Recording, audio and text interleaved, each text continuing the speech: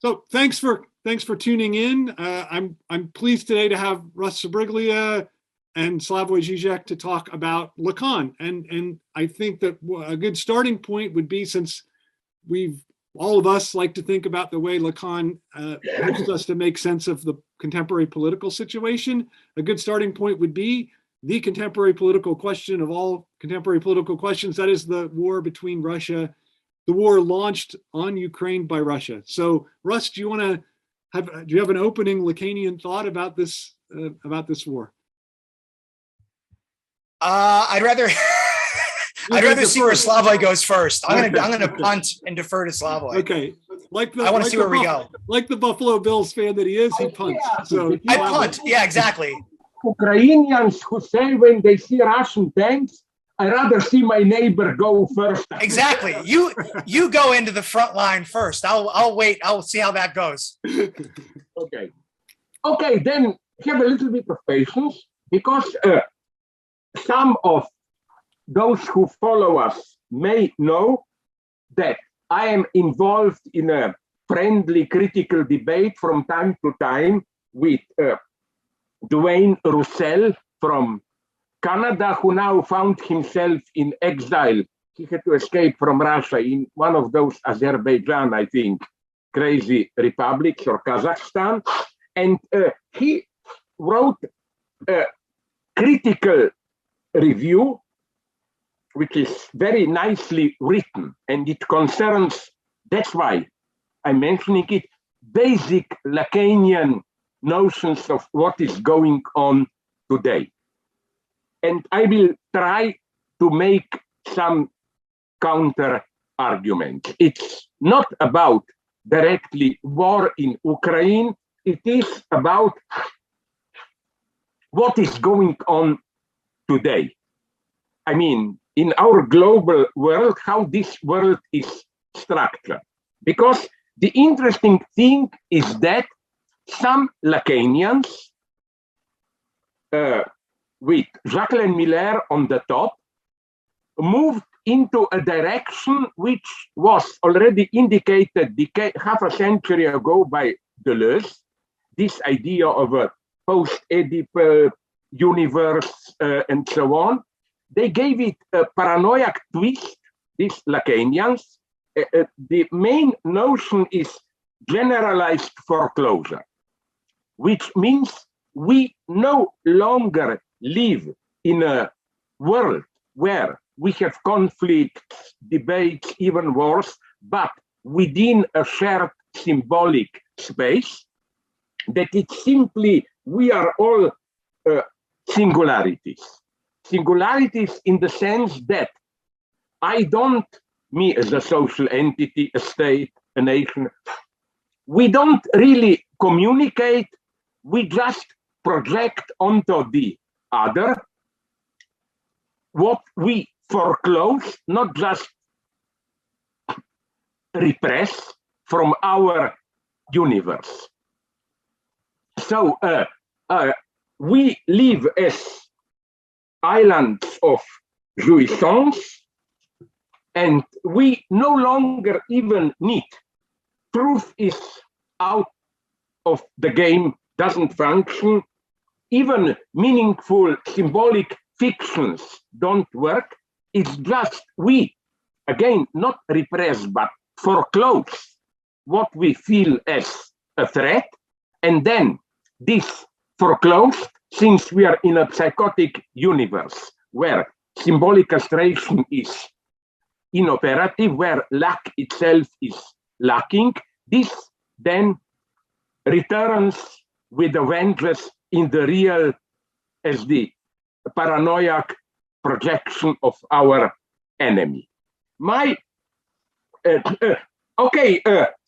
I make a short quote, because it describes nicely Russell's position. We are now in an era of foreclosure, so that traditional notions of political uprising, civil wars, and revolutions, insofar as they operate within a shared social world, seem increasingly impotent. In a time of total war, an era that I elsewhere refer to as the era of singularities, civil war and political revolutions are impossible. The idea is that if you have dissidents, protesters, and so on, it is still the situation of repression, return of the repressed, where you share some kind of social space and then you have conflicts, but within a shared social space. But that today there is no longer this shared social space. And a quote from Roussel, the real, this is late Miller at its purest, the real is lawless. It relates to a mode of jouissance outside of any scope of truth or meaningful fiction. I think the mistake is here something that Miller was slowly approaching for decades, when first anti-Oedipus and then feminism and so on emerged. His first reaction was they don't get it. They think patriarchy in a vulgar way, imaginary identification, father. They don't know what the name of the father, symbolic law is.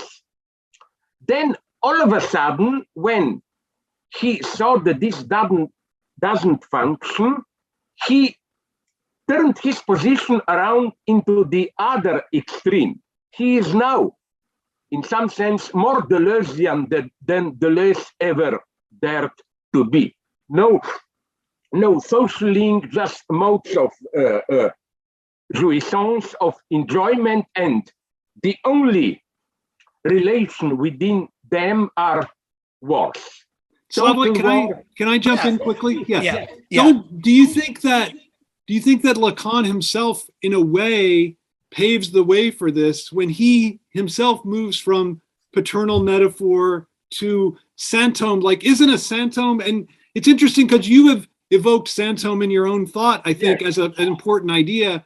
But I almost think that once you make that move to the santome, you have confessed that all we are islands of jouissance, and the paternal metaphor no longer bonds us together, right? I mean, isn't that already in Seminar 23?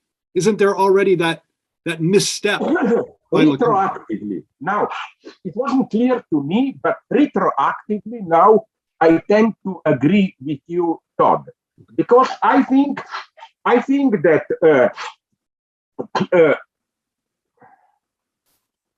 Lacan in the last years was experimenting all the time. Okay, I'll put it like this. This is my classical position. Seminar 20 and one or two earlier, one or two later, are his final consistent position. But there he gets into a deadlock. Mm-hmm. And then he is trying for ways out. That's why, to confirm you, Todd, I think that in contrast to Lacan's earlier big literary interpretations, Antigone, Hamlet, Claudel, Coufontaine trilogy, and so on, I never liked his Joyce, right, The Symptom. Right. I think it's a failure. It basically ignores, it is like ignores the detailed texture of Joyce. I think it's a little bit like what I do often. Use a literary work or whatever, but clearly just as a pretext to deploy certain categories. And even here, Lacan oscillates, you know how, Todd, to confirm you. You mentioned when we were in conversation before going public, this paradox of Miller going in theory in an ultra-radical dimension. We are islands of jouissance, no communication, blah, blah, blah, post-patriarchal. But the social implication of this is not some crazy radical, I don't know, anarchist theory, you know. But on the contrary, a move towards not even liberal centrist, but I would have put it moderately conservative position. a fear of any change, and so on. So, and isn't it also, sorry, just to return. So, yes, yeah. So I think all this, after seminar 20, 21, 22, all these later attempts of Lacan are for me attempts to resolve a certain deadlock, which, as Lacan openly admitted at the very end, it's a tragic text. You know, his last seminar is like, he came there, 500 people in the hall, and he talked for 1 minute and he left, and that was it. And the very last one, or one before, of his public appearances was simply the admission of a failure. So, you know why this is important? I've written, I forgot where, about this, how wrong, not only of Lacan, but of other thinkers, this idea is that they were approaching some final point where they finally saw the light. That's it. And I have nothing against her. She is not stupid. You know, Catherine Millot, not Millet, not that group sex lady, but Catherine Millot, Lacan's last official mistress. You know that I remember I was there.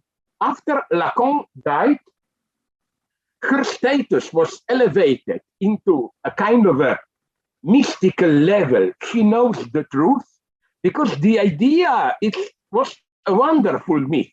I also almost liked it. The idea was that when Lacan was dying, she was with him and he whispered to her some final theoretical mystery. And I am more and more opposed to this idea that at the end there is the final enlightenment, truth. You know how badly it ended with Louis Althusser. Right. In Lire la Capitale, he put the epistemological cut into German ideology, then he postponed it, then towards the end, he found one passage in a letter by Marx on a German economist. He criticized Adolf Wagner, I think. And Althusser, it's quite tragically, you know, claims that only that in one sentence Marx really saw it and so on. So I think it's not simply that at the end you approach the light. No, right. I think already. I would just say, like, I think that to me, I this is something I've been thinking about. Like, it seems like in seminar 16, from another to the other, right, where he comes up with this notion of surplus jouissance for the first, plus de jouir, for the first time, right? And then it's like he's on the edge of thinking about capitalism differently, like writing his own different theory of capital, like writing his own version of capital almost. And then he breaks it off in 16, and then 17 comes up with the 4 discourses, and it completely, he abandons basically the plus de jouir and sticks it in a different discourse. But I think he doesn't really, I think that, to me, that's the decisive point where he could have gone in this one direction. I think there are even more such points, but I tend to agree with you that this is the big one. You know why? Because now I will say something terribly naive, but I think it's basically true. I think that there is an unresolved problem with Lacan. The 4 discourses, are they just a totally ahistorical matrix, valuable for all times, blah, blah, blah, or is there a certain historicity in them? Like pre-modern societies, master's discourse, then modernity in its 2 aspects, hysteria and university discourse. And then, now it's a big question, can we politicize the analytic discourse? But basically, if we read capitalist discourse, not as simply a 5th discourse or which of the, but as precisely branded by this tension between hysteria, that's everyday capitalist hysteria, always more surplus, surplus. University is the power structure described by Foucault and so on.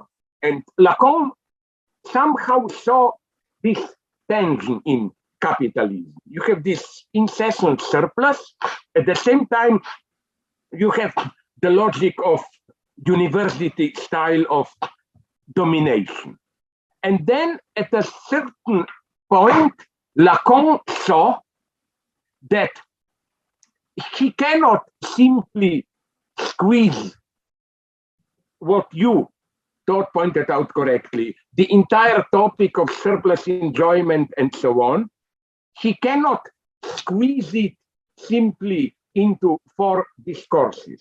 There is something more radical going on here, because obviously, as you, Todd, pointed out in your book about capitalist desire or whatever that bullshit is title, that capitalism, in some sense, a structure of surplus desire, which is all the time here, comes out at such only with capitalism.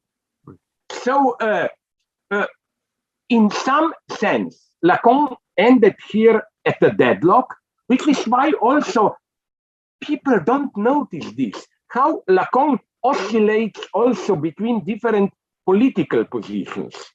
Sometimes he sounds like a liberal. That was then Miller's reading. Tolerate others, jouissance, blah, blah, against any totalitarian. Sometimes he even sounds a little bit conservative.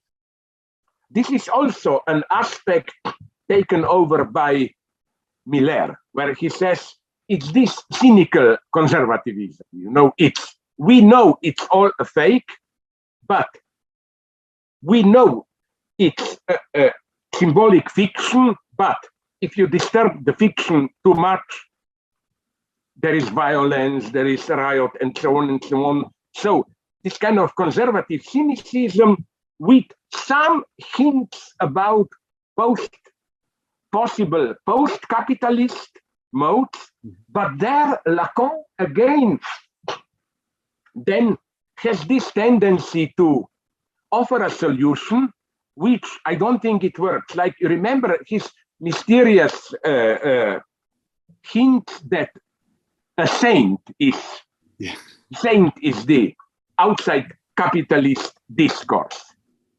I know what he wants to say, but I doubt it. If anything, I almost tempted to say the capitalist itself, at its purest, already is a saint. Right. Somebody who like they give up their lives for capital, right? Like that.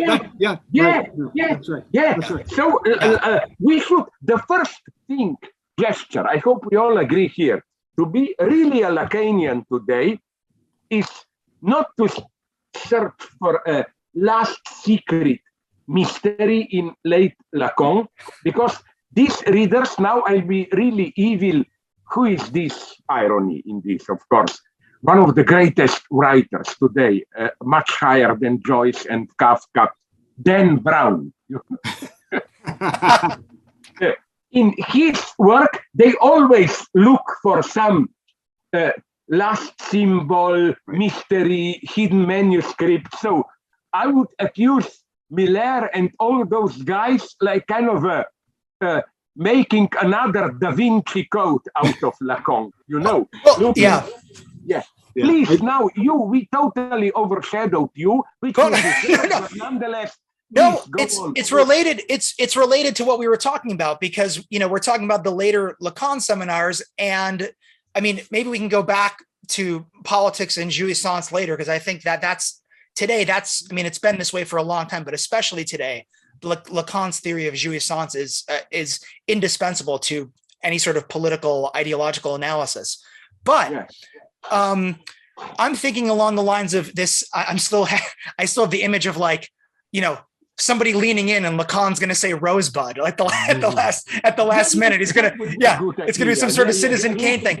Rosebud. Yeah. But the way in which, and I think that this is true more of a certain type of clinical or clinician approach to Lacan, that where the text itself is treated as sort of, a sacred font of wisdom. And I just was thinking about Seminar 20 and the directions in which Lacan went. And now I'm thinking about sex and gender and the formulas of sexuation in Seminar 20, and how I've noticed that this is not just, I think it's particularly, among sort of Millerians, but the insistence on maintaining the notion of sex as though, masculine and feminine are some sort of essential quality, as opposed to, I think that what, you and in the Sex and the Failed Absolute book, Alenka in her book, What is Sex, kind of rescue, I guess the question is, to what degree is this already in Lacan, or to what degree is the Ljubljana school more general teasing this out, where sex is, according to your, sex is the fundamental cut, and then gender is a second order. It's a symbolic way of trying to deal with that cut that is the real. And so you've been, Slavoj, you've said for a long time now, right? There isn't really is there really a masculine subject position? Masculinity as such is a fake. The pure subject position is femininity. And so I'm wondering, is that to go back to how Lacan treats that in 20, do we have to update Lacan in order to sort of save it from a sort of essentialism with regard to, gender or sex? Or is that the only proper way to read Lacan? It's it's there. We have to read him this way. Before you answer, can I just want to add to the question? I just want to add to the question, because I was talking to Guy Legoffet, who I think is a really smart guy. Guy Legoffet. Yeah. Really smart guy. What is he doing now? For years I haven't heard. Did he publish something? Yeah, he's still publishing books. They don't get translated, but he's still publishing books in French, and he's very good, I think. And he speaks English. His English is very good. For some reason, no one invites him here, but he's really, I guess, because his books haven't appeared in English, but his English is fine, and it's great. It's better than mine. But he said to me, that he thought that, he wrote a book on Le Patu de Lacan, so he's very invested in Seminar 20, right? But he thinks that by tying the formulas to sexuation, that Lacan, in a way, falls for, that line by Ernest Jones, God did make them man and woman, that he thinks the notion of feminine jouissance is already going over to mysticism and now you touched something absolutely crucial. Okay. I didn't succeed in convincing many people, but I saw there in Lacan, you may know this, the big conflict between my reading and up to a point Joe objects of formulas of sexuation, and the predominant one is that the predominant reading does precisely what you critically pointed at, Todd, now. They not so much essentialize as elevate jouissance féminine in some untouchable beyond you enjoy, but you cannot even name it. It's outside symbolic. While I took formulas of jouissance much more literally and claim, no, if anything, woman is more totally in the symbolic order. There is nothing which is outside. And that's why you get to the non-all. And my ultimate example is Lacan's great case that Saint Teresa. It's not just that statue on the cover of Seminar 20, but you know that she was writing like crazy.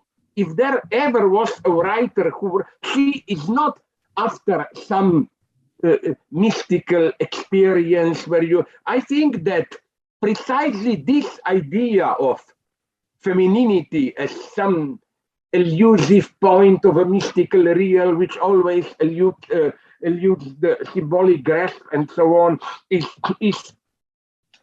precisely maybe even I would say male fantasy of. Right, I think that's right. I mean, it's the worst kind of anti-feminism. And I would also say, the only thing I would say is, I think Lacan himself is ambiguous about this, right? Like, that's my point. Okay. He, on the one hand, he insists that the feminine non-all means precisely no exception. There is nothing which is outside the phallic dimension. So, as it were, you undermine phallic logic from within by universalizing it. Universalizing in the sense of precisely no exception. But I agree with you, Todd. At some point, Lacan already, as if I think he didn't think things to the end there. You already have this mystical tendency of, but remember that this was, and I think it's theoretically a fake, a tendency in Lacan, even from his early days. And here I don't like Lacan, who celebrates his standing up against philosophy, like I stand up against philosophy. Don't you remember? It's usually not often commented. His first big écrit, function of the word blah blah blah. His so-called Rome Manifesto, Rome Discourse, ends up with some stupid quote from some early Buddhism or whatever. The last words of wisdom. He refers to this positively, as there is some last mystical insight. And I think this is the worst operation possible. Instead of admitting failure, you construct some mystical point of reference which we cannot even approach it, but it's there. You have a couple of references like this in Lacan, like at some other point, is it in Encore or somewhere else? Lacan even says that mystical texts are the best that there is. Yeah, that's course, seminar. That's still right. Yeah, in his arrogant way, he says, and also écrit de Lacan, and also his écrit. Without this, I think again, this way of how he wants to get over philosophy, that we philosophers want to conceptualize everything, but there is some mystical, elusive point, and so on. Again, this is the worst of Lacan. Also in what sense? Did you notice how Lacan often, I'm tempted, but I'm getting old and senile, I would have to go through it. I noticed how Lacan often, is not Lacanian enough. He gives an example, but then he fails to draw the ultimate Lacanian conclusion from it. I think something like this happened when he tried to deal with surplus jouissance in connecting it to surplus value. Yeah. He failed, not in the sense of there was a dimension there which eluded him. No, he missed the Lacanian dimension of it. And if I may amuse our readers and you briefly, where I first noticed these failures of Lacan, already, which is the seminar, is it 4, I think, Formations of the, where he talks a lot about jokes. 5, about jokes. Yeah, 5. Yeah. I mentioned this in one of my books, I hope readers don't know it. He, of course, quotes there that classical Jewish joke of the guy who tries to sell you a bride, matchmaker or what. Yeah. And for every bad feature, he finds an excuse. Like, I don't know, she is ugly. Oh, at least you will not have to worry that she will deceive you, blah, blah, blah. And Lacan then writes, I couldn't believe. I was like Tom or Jerry in the cartoon when they see something shocking, the eyes jump out and in the air. I couldn't believe it that Lacan just says, oh, and so on indefinitely. No, it's not indefinitely. Right. The whole point of a joke is that at a certain point, you arrive at a feature which this matchmaker or whatever mediator cannot explain away, and then he says, what do you want her to be perfect? Or you know.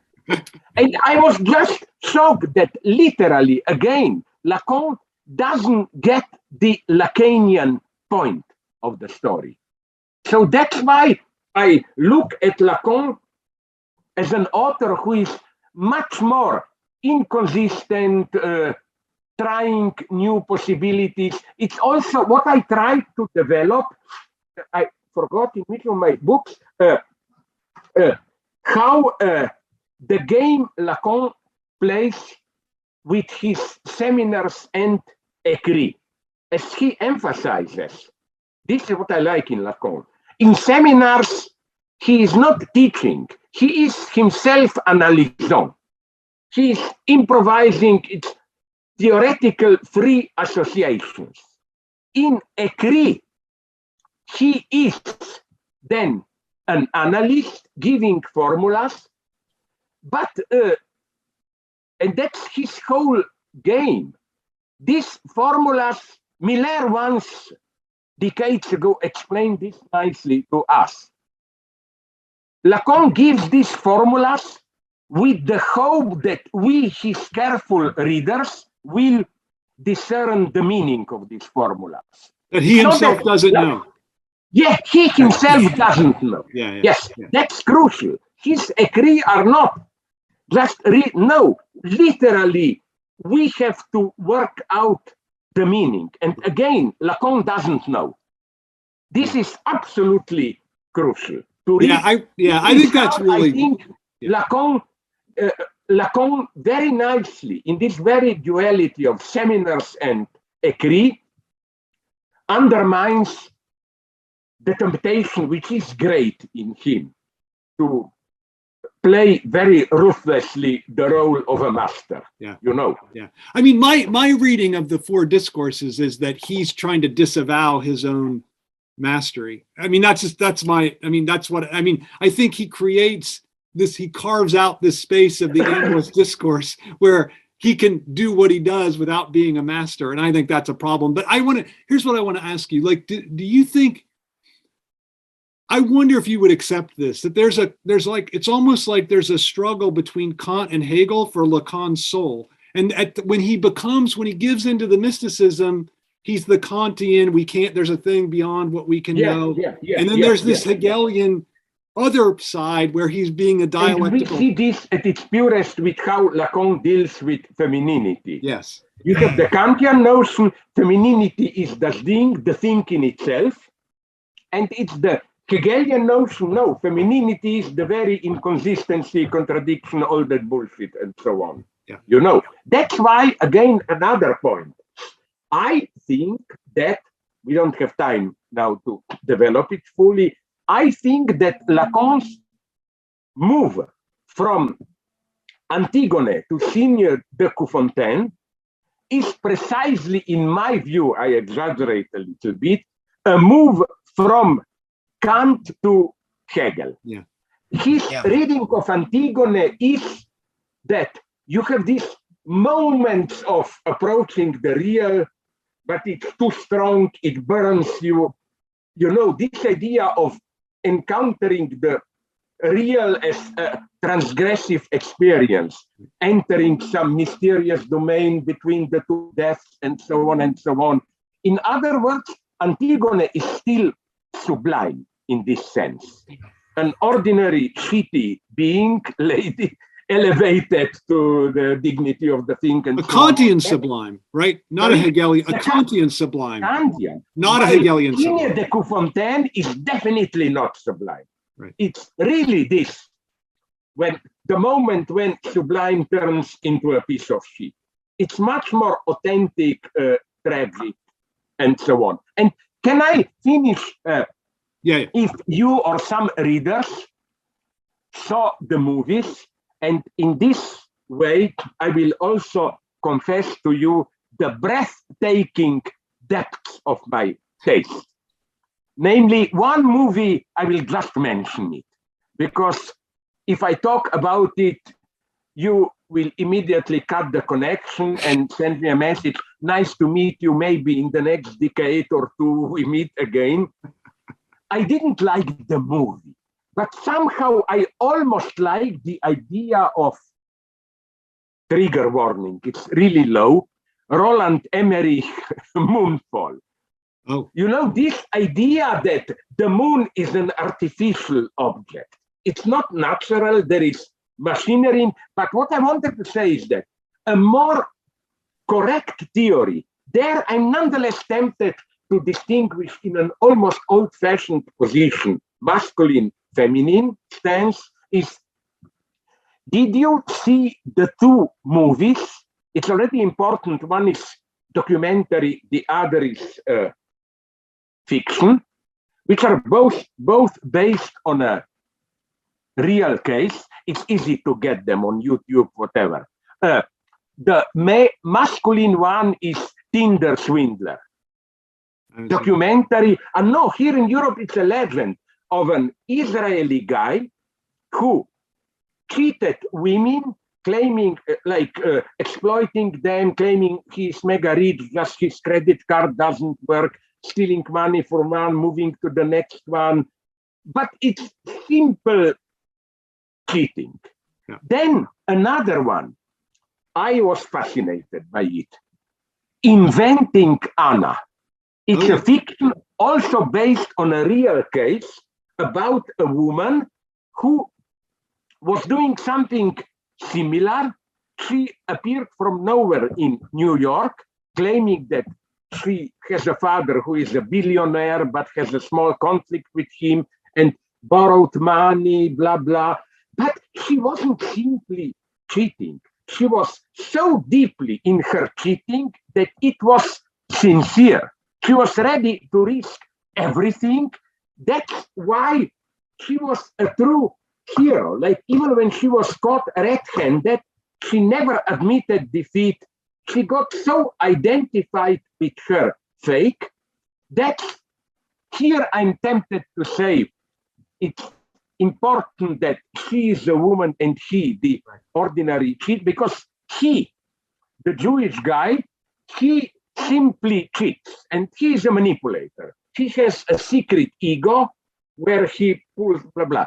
But she doesn't cheat in this sense. She cheats because she herself falls for her false image, no? And so, okay, I wonder, Slavoj, do you think that, I mean, in a way, this kind of brings it back to what you talked about the Duane Russell, you know, the notion of the islands of jouissance. Like, in a way, like, aren't you talking about an effective symbolic fiction that's still functioning today, right? Like that's the point of that. I think that's the point of that film, right? Yeah. No, you know where, okay, let's now go maybe quickly to Ukraine, no? Yeah. Where do I see in today's crazy world still symbolic fictions, even the dimension of truth, and so on and so on? One of the lines of attack, very nice, intelligent, of Duane Russell is that he opposes my reading of the greatest American philosopher of his time, now he's dead, Donald Rumsfeld. You know, my notion of unknown knowns. Right. Yep. And predictably, Russell says, this is still the notion of repression, not yet foreclosure. You have a tension, you have an unconscious, you don't know what you know. And then he said, I misread Rumsfeld. It's not that in his dealing with weapons of mass destruction, it's not that Rumsfeld was determined by unknown knowns. No, that Rumsfeld was in a psychotic way fully identified with what he thought that he knew, with known knowns. that was his psychosis, foreclosing, excluding every reality. He sincerely thought there are weapons of mass destruction there. To this, we don't have time to go on too much. Yeah. I would say that I still stick to my interpretation. Not only was Rumsfeld and generally Bush administration, not only were they not really sure if Saddam has them, I think they positively knew that Saddam does not have them. And you know why? Because I read wonderful analysis, not leftist stuff, even centrist, rightist stuff. That if they were to be really sure that Saddam has weapons of mass destruction, nuclear or some really poisonous gases, they wouldn't attack Iraq the way they did. That's right. That's why we don't attack North Korea right now, right? Like that's yeah. But because they have them. Yeah, they have it. Right. But another thing, I think that I already that weapons of mass destruction. I gave a Hitchcockian reading somewhere now in a not yet published text, where Donald Rumsfeld's MacGuffin, something, it's a pretext. Yeah. You needed it, and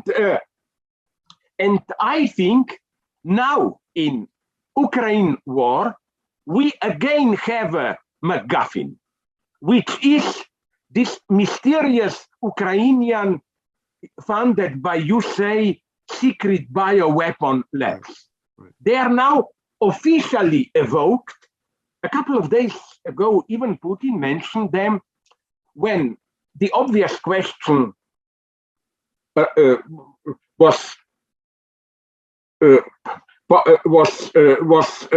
he was asked it, I think, somewhere, like by persons who were not even against Russia.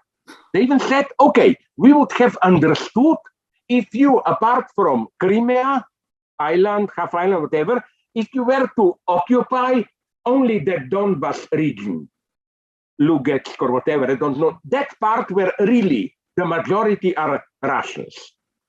But why occupy all of Ukraine? Okay, the first official story was because they are neo-Nazi drug addicts, But now he came out with a crazy story that because precisely in the west of Ukraine, around Lviv, and so on, there are these secret labs which pose a threat, and so on and so on. And again, like with Iraqi weapons of mass destruction, I claim that Russians know, not only they are not sure, not only are they bluffing, they know this is not true. Because if it were true, they would probably acted in a totally different way. What I would have done is locate the places and simply, I don't know, with special paratrooper units, like treat it as a major danger. They are not doing this. Yeah. And you see, this proves that MacGuffin or object A, cause, blah, blah, this is a symbolic category. This is not psychotic category. Another thing, if I may just go on briefly, which I love in a sad way, is that, that I have friends there. For me, it's very personal. In Russia, the true heroes of this story are also Russians who losing their job, beaten by the police, and so on. We're going to jail, right? They're going to jail. They're going to jail. Yeah. Yeah, but not just, and your life is ruined afterwards. Right. You are designated, they have the official title now for this, foreign agent. This doesn't mean you are necessarily arrested. It means you are forever excluded from any public space which is mediated by state, like no university, no public appearances. But what I want to say is that the way the struggle goes on in Russia, it's not a psychotic foreclosure, exclusion. It's a very nice dialectical struggle. You know, for example, this is for me very Lacanian. What is the freedom of language? That you mediate statements with their unspoken background in such a way that a thing can mean almost everything. The absence of a thing means, like, did you notice there were millions of views on, I mean, Putin must be a little bit like those American racists who are furious when the police kills a black guy. There is always some stupid other black guy with the iPhone who records it, you know. Unfortunately, in Russia, it's the same. So did you notice that? Because two words are now prohibited. You are not allowed to say no to war. In Russian, it's "нет войне." It's no to war. In Russian, there are two words. So if you have this on a piece of paper, you get arrested. Yeah. But you know, did you see it on YouTube News? What happened? A certain old lady demonstrated with a paper. You know what was written on it? Two words. Not to war, but literally two words. And she was still arrested. She was still arrested. Yeah, as if, you know, then probably she said, but wait a minute. What if these two words were, I don't know, love Putin or what? Right. No. They said, we all know what these two words are. And then this went to the Hegelian Lacanian extreme. You can see video clips where a lady has a paper on which, you know what it is? Nothing. No, nothing, right. Nothing. She was still arrested. Sure. And she said, okay, sorry. What? No. We knew what you wanted to say with this, the very sense. But you know what I want to say? That the absence of the words can be the words, right? Like that's symbolic efficiency. Yeah. This is symbolic efficiency. This is symbolic efficiency at its purest. This is not another thing where we have pure symbolic strategy. Do you remember how this joke, which is now very actual, that we all know it, I'm sorry, old Freud's joke, not Freud's, Jewish joke about this lying in the guise of truth. You know, a friend telling his friend, why are you telling me that you go to Lvov and not to Krakow when you are really going to Lvov, you know? But this is what Putin was doing. The irony is today, Lvov, Lviv, is the western capital of Ukraine, is really the target. So but you know, Putin had very nice, intelligent, symbolic strategy. He was telling all the time that he plans military intervention into Ukraine. Right. But I spoke with politicians here in Germany, I'm in contact, and even 2-3 days before the intervention, you know that they all repeated to me the same story. Don't be in panic, Putin is not crazy. This is just, you know, he's lying to us. I know. It's interesting. But no, he duped us. We were thinking for some strategic discourse. No, he deceived us by telling the truth all the time. And again, this is for Lacan, lying in the guise of truth. It's the ultimate. It's the ultimate symbolic strategy. The last one, then I will finish. I take in what I like it that Dwayne Russell's final notion is that, again, this is just paranoiac projection. Putin and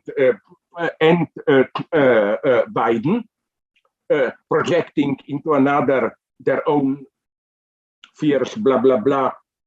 No, I think it's what is going on now And what went on already with American weapons of mass destruction in Iraq, it's more an example of what already the early Lacan defines as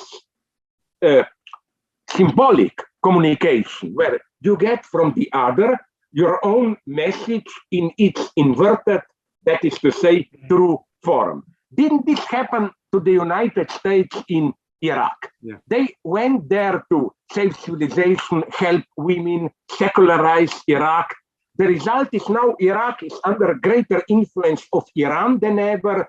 Fundamentalism is much stronger than under Saddam. Women are much more oppressed and so on. They got their message back. And this is really tragically. Friends who don't want to hate Russians, I have connections in Kiev and elsewhere, are telling me, you know what was Russian justification? That we are really not a different nation, we are part of the same ethnic group, blah, blah, blah. And friends are telling me, in spite of all tensions, it was true till a couple of months ago. Like, it was incredible. A Slovene journalist told me, he was a couple of months ago in Kiev, he went to some cafeterias. People there, it was like two dialects. You spoke with a friend in Ukrainian, then another comes, you shifted to Russian at the everyday level for large majority of people. Now, as the result of the Russian intervention, they really hate Ukrainians. Yeah, I know. It's interesting. So like produce the situation they wanted to avoid. That's right, that they want to avoid. I mean, it's interesting because Zelensky is a Russian native speaker, right? Like, so yeah, I mean, your point is exactly right. And I wonder what you think about the fact that like, you're right, totally, that all throughout the world, everyone thought Putin was bluffing, except the CIA, right? Like Biden, for weeks before the invasion, was like, they're really going to invade. And so I think here, maybe, I think really Zelensky is not just this demagoguery and so on. Because Zelensky also knew it.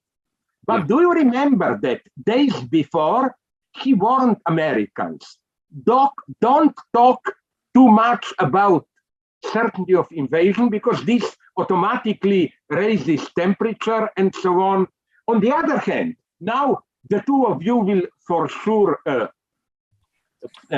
cut all links with me. I want to say another thing, that, oh my God, what will my leftist friends do? You know, some leftists are claiming they're disgusting. I broke with a couple of friendships here.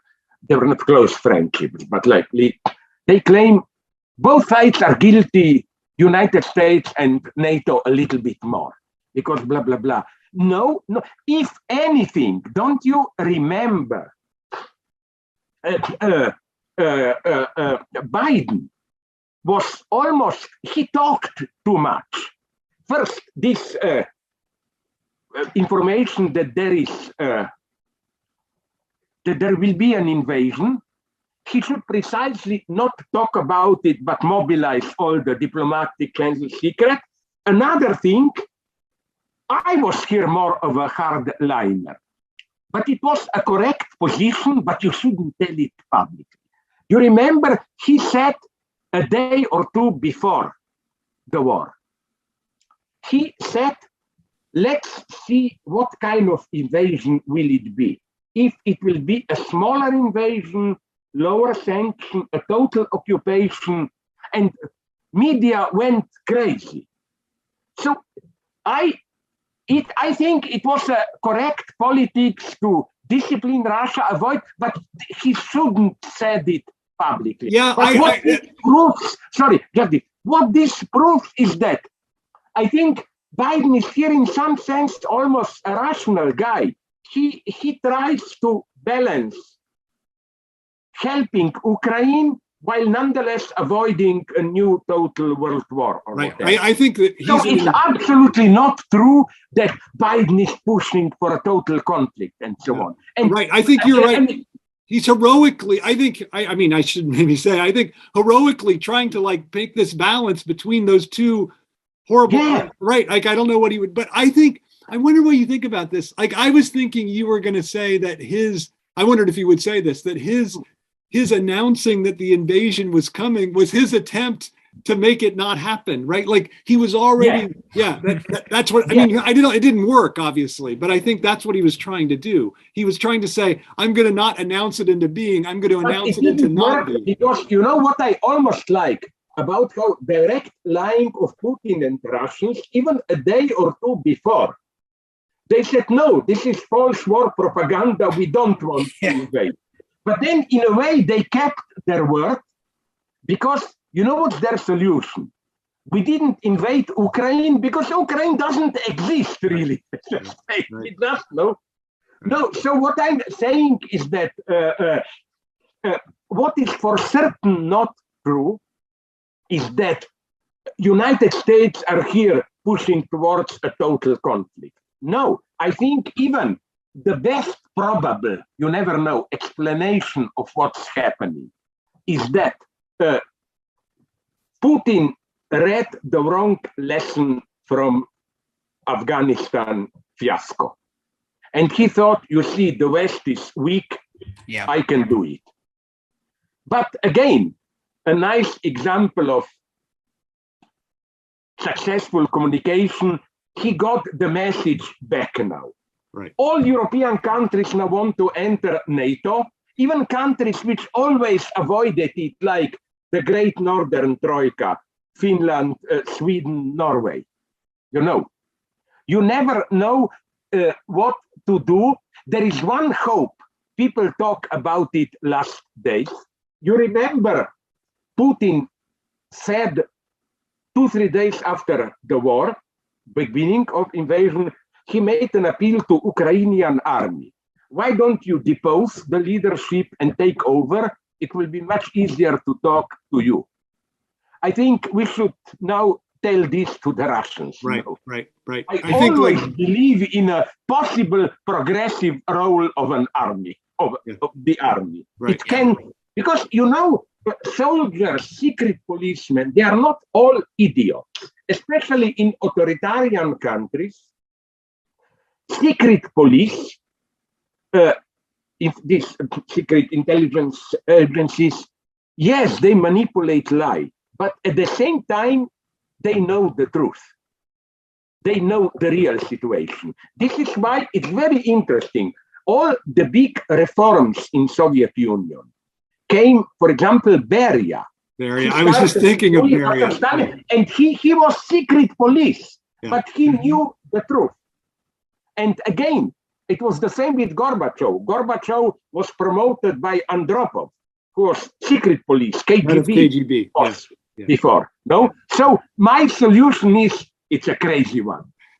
If you want peace, support army and secret police. Sorry. That's good. That's a good. We are again oppressing you. Say Rosebud at least.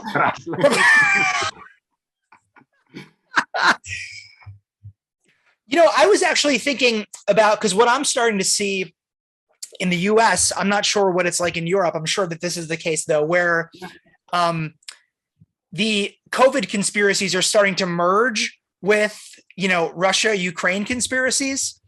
And I'm just wondering about, because I've actually, one of the saddest things about to actually happen within the past 2 years is that this sort of contingent of Lacanians who, you mentioned this earlier, Slavoj, in a different context, but this sort of paranoiac direction in which certain amount of Lacanian thought has gone around COVID. And on COVID, on COVID in particular, and just what it is. I mean, is it? I'm almost tempted to say it's kind of related to the sort of mystical moments in Lacan, but you wrote a piece about 5 or 6 months ago. I know Alenka has something on conspiracy theories too, but it's so fun. It's a very good reading of Don't Look Up. Yeah. But it just strikes me, as a Lacanian, that, and I told you this, and I think that was the name of the piece that you gave it, but like the principle of, le nom du père was entirely, forgotten. And I think that that's, it's related to this, I think in a way, to this, Roussel's claim that you were sort of misreading Rumsfeld and the unknown, known unknowns. But yeah, I guess that's just more of a remark, like what to make of the direction in which certain Lacanians have gone in this sort of paranoiac conspiracy theory, route. Yeah, but the horrible thing is this one, that they don't. Now I will sound like an old progressive socialist communist. It's this perverted theoretical enjoyment. They just like to prove how everything went wrong. We are in paranoia, and the solution they offer is just utter cynicism. We have to keep the appearances of paranoia even, just don't take them too seriously, But if I may say for conclusion something, one really important point. To me, it means it is the crucial. I don't know how it is in the States, but the right-wingers in Europe, those who for the first week or two of the war were almost pro-Russian. You know what your greatest president, Trump, said. Putin is a genius, intelligent move, blah, blah, all that. Who had a great sympathy for it. Then all of a sudden, like in Europe, Marine Le Pen, Salvini in Italy, and so on, open up to refugees, change their line only to Ukrainian refugees, not to dirty Palestinian or those who they're racist. I mean, the right wing, they don't want them. But the whole, I don't know, that's what I wanted to ask both of you, if it's happening also with you there. Something so utterly depressive and sad. Now that the right wingers became anti-Putin, they have a certain, Alenka also has this line of thought. We will go well. They have a certain military joy now, which is directly targeting LGBT, sexual oppression, global warming, whatever. Their vision is this one. Now reality is here. Forget about all those bullshitting pseudo problems, global warming, feminism, political correctness, which terms to use. Now we have a conflict. It's the moment of truth. Right. And they immediately give to it sexualized meaning in the most traditional sense. They like to emphasize how, in contrast to corrupted Arabs from Syria and so on, that here, those who escape to the West, Poland and so on, are mostly women and children, while men even return to Ukraine to fight. And they say, here you have your answer to transgender and so on. It's pure, good, old-fashioned, normal sexual difference. Women are at that place taking care of children. Men are at their proper place fighting. They really feel it like a liberation. Finally, this war will, and this is, I think, something very tragic. That's why I repeat all the time, no, this war is not the moment of truth. It's the moment of, as Alain Badiou would have put it, the greatest disorientation in this sense. It's very tragic how not only COVID practically disappeared, but I have contacts. Then I conclude. I hope it will amuse you if I add this. I have a contact with some friendly, we still have contacts, conspiracy theorists, and now they have a whole theory. They claim it began with global warming. This is for them conspiracy theory, Then we have COVID. Now that COVID diluted and people were tired of global warming, they, and some of them go even so far as to say this is not a serious war. It's all arranged between Putin and big corporate capital. Now there is war. And then I like this. They claim there already is a next step. Guess which one? Aliens. They claim, no, of course. In newspapers, there was a notice that we are getting regularly every 18 minutes some signal from the space. The idea is that they are already preparing the terrain to keep us in shock and subordinate position, that they will evoke even aliens. No? Yeah. So that's what makes me so sad here. Well, And really my- quickly. Yeah. Well, Slavoj, quickly to one of your points. I don't know, Todd. I'm interested what Todd has experienced by this, but I do know to your question about how Ukrainian refugees are viewed here. I mean, it's a complete, and this is pretty obvious, but it's a complete 180 from Middle Eastern refugees, right? I mean, there's compilations now where you can find of actual anchors from CBS News, CNN, just saying on air, accompanying the video of, the Ukrainians, these are middle class people. This is as there weren't any, middle class doctors or anything in Iraq when we decided to go into Iraq. So the sympathy level is entirely different. You know what one of them said? But these are civilized people. One of them said, these are blonde people with blue eyes. With blue eyes, yeah. I think, my God, my answer is sorry, but didn't blonde people with blue eyes do something not very civilized in Germany in the 30s and 40s? No, it's absolute. But I told you already this at the beginning, I think, or before we went on, that almost the lowest degree was here the one of Slovene government, where we Slovenes accepted only 5 refugees from Afghanistan, claiming this is a different culture, blah, blah. And even our prime minister wrote a tweet where he said, these are men with whom we collaborated there. Why don't they remain there and fight the Taliban and so on? But Slovenia, shitty country, 2 million people, when the Ukrainian problem exploded, they said, we can accept up to 200,000. Wow. So you know what this means? Like one Ukrainian is worth 40,000. I mean, it's such an open racism that it's incredible. Right, They really, and my argument against them, in my last text, I quote a lot that nightmarish guy, Putin's philosopher Alexander Dugin, who said there is a Russian truth, there is European truth.